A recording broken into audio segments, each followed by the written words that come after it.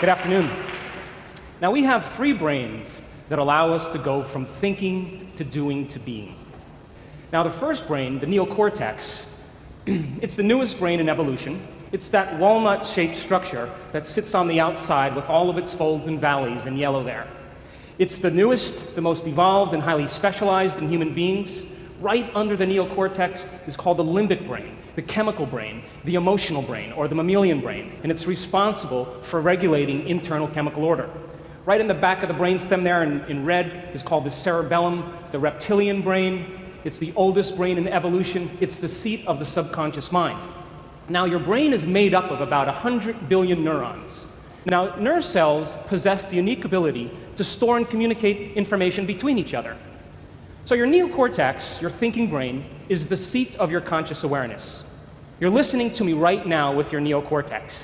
And every time you learn something new, you make a new synaptic connection in your thinking brain. That's what learning is. Learning is forging new connections. And every time you learn something new, your brain physically changes. So you read a book on how to ride a bicycle, you read a book on how to dance the salsa, how to cook French cuisine, how to become successful, how to be a better parent. And your brain literally upscales its hardware to reflect a new level of mind. The principle in neuroscience says this: nerve cells that fire together wire together. And as you begin to learn new information, you biologically wire that information into your cerebral architecture. So if learning is making new synaptic connections, then remembering is maintaining and sustaining those connections. And just like any relationship, the more you communicate, the more bonded you become. And neurons are exactly the same way. Now, once these neurons begin to fire and wire together, they actually form networks, what neuroscientists call neural networks. Now, neural networks are just gangs of neurons that have fired and wired together to form a community of neurosynaptic connections. It could be related to an idea, a concept, a memory, experience, a skill or behavior and action. But these networks actually have an electrochemical component. And if you want to see mind in action, watch this. That's a thought right there. Again. So you generate more electrical impulses in your brain in one day than all the cell phones on the planet put together. And because we have 100 billion neurons seamlessly pieced together, we can make the brain fire in different sequences, different patterns. And whenever we make the brain work differently, we're changing our mind. So once you've understood something intellectually, theoretically, if you take what you intellectually learned in your thinking brain and you apply it, you personalize it, you demonstrate it, it means you're going to have to modify your behavior in some way. And if you change your actions and you do something differently, you're going to have a new experience. All of your five senses are gathering this vital information from the environment. And as you begin to process all this information and it's rushing back to your brain, jungles of neurons begin to organize themselves into patterns. The moment those neurons string into place, the brain releases a chemical, and that chemical is called a feeling or an emotion. So experience then enriches the circuitry in your brain neurologically, but then it produces a chemical that's released in the second brain called the limbic brain or the emotional brain. So you can remember your first kiss. You can remember graduating from college. You can remember the birth of your first child. And we could say that you were altered from that experience. And the moment you felt altered in some way internally, your brain perked up and you paid attention to whoever or whatever caused it. And that event, in and of itself, is called a memory. Now, let's say you read the book called From Forgiveness to Compassion to Unconditional Love. And this book had inspired you so much so that you decided to read it twice. And as you began to review this information in your mind and contemplate on it and self-reflect, you begin to cause those neurons to form into networks to reflect a new level of mind. You find yourself in a shower thinking about it. You're driving to work and you're contemplating these concepts. You begin to talk to your friends about what you learn, and you're beginning to develop long-term relationships in those neurons. And all of a sudden, you're moving around your office and you're saying, you need to be more compassionate, Wow. And someone else, you say, you need to forgive. Everybody is impressed with your knowledge. They're knocking on your office door and they're asking you to administer to them, and you're resolving everybody's problems. Things are going really well. All of a sudden, you're driving home from work and you get a call on your cell phone, and it's your spouse.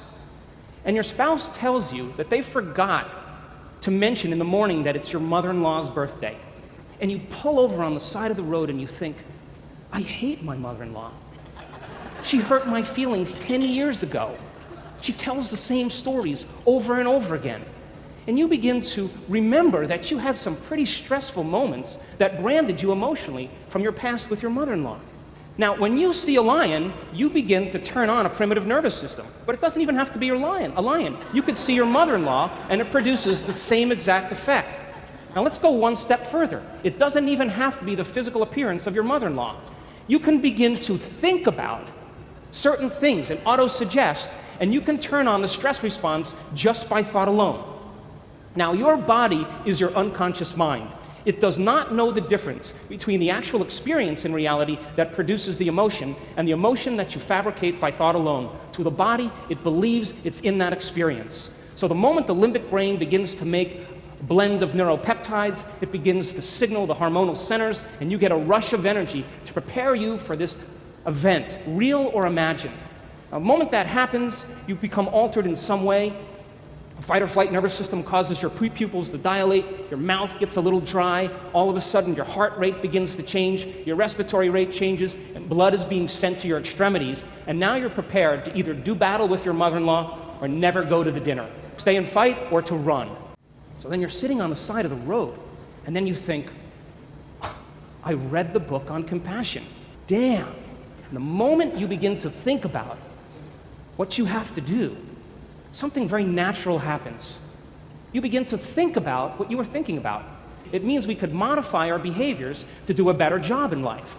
And as you begin to think about who you no longer want to be, the frontal lobe acts like a volume control, and it begins to lower the volume in the circuits in your brain that are connected to the old self. And as it begins to silence those circuits that are connected to the old level of mind, that level of mind no longer fires, and you're observing it instead of participating in it. And as you begin to silence those circuits, nerve cells that no longer fire together no longer wire together. And you begin to biologically break down the circuits in your brain that are connected to the old self and to the old mind. Now, as you're sitting on the side of the road, you think, and you begin to think about a new way of being. And you begin to put yourself into the equation, your brain naturally begins to fire in new sequences and new patterns and new combinations. And whenever you make your brain work differently, you're changing your mind, because mind is the brain in action. And as the brain begins to fire in new ways and you produce a new level of mind, nerve cells that fire together wire together. And you begin to install the neurological hardware ahead of the actual experience. And now you have circuits in place to use when you get into that dinner. Now there's a very, very unique shuffle that kind of goes on microscopically between different circuits in your brain. You're trying to fire this new thought called compassion. But remember, you fired and wired all these other circuits based on the last 10 years.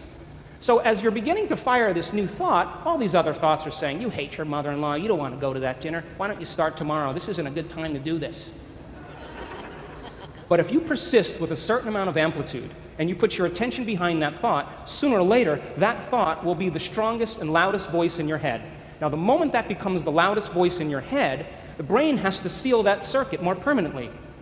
So when the action potential is firing down the neuron from the presynaptic cleft to the postsynaptic cleft, there's a glue that seals the circuit called neural growth factor, and it travels in the opposite direction. But there's only a certain amount of that neural growth factor to go around. So it starts to steal the glue from the neighboring circuits. And when that happens, there goes your memory of your mother-in-law hurting your feelings 10 years ago. There goes the thought that you hate her. There goes the impatience. There goes the intolerance. And the only signal now that's traveling to that neuron is called compassion. When this happens, you begin to biologically and neurologically prune away the old memory of the old self. And this is the science of changing your mind. You want to see what it looks like in real time? Unhooking from the old self, reconnecting to the new self. This can happen in moments. Now, get back on the road, you make your U-turn, you're heading to the dinner, you're reminding yourself who you no longer want to be, silencing those circuits in the brain.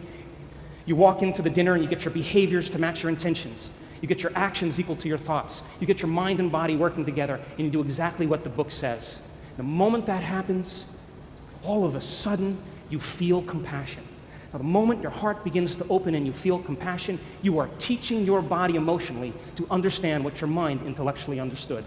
You see, knowledge is for the mind, but experience is for the body. And you begin to literally change your genetic expression because there's new information coming to the gene. And you're changing the fabric of you because you're instructing your body chemically to understand what your mind is intellectually and philosophically understood. But it's not enough to do it once. You can't forgive your mother-in-law one time and expect to be on the stained glass windows in church. You got to be able to repeat the experience. You got to be able to do it over and over again. You have to do it so many times that you no longer have to think about it. And when you do it over and over again, you neurochemically condition the body to memorize compassion as well as the conscious mind. And when that happens, when the mind and body are working together, or the body knows as well as the mind, you activate that third brain called the cerebellum, the seat of your subconscious mind. You've practiced it so many times that you know how, but you don't know how you know how. It's automatic. It's second nature. It's easy. It's a habit. It's a skill. It's an automatic behavior.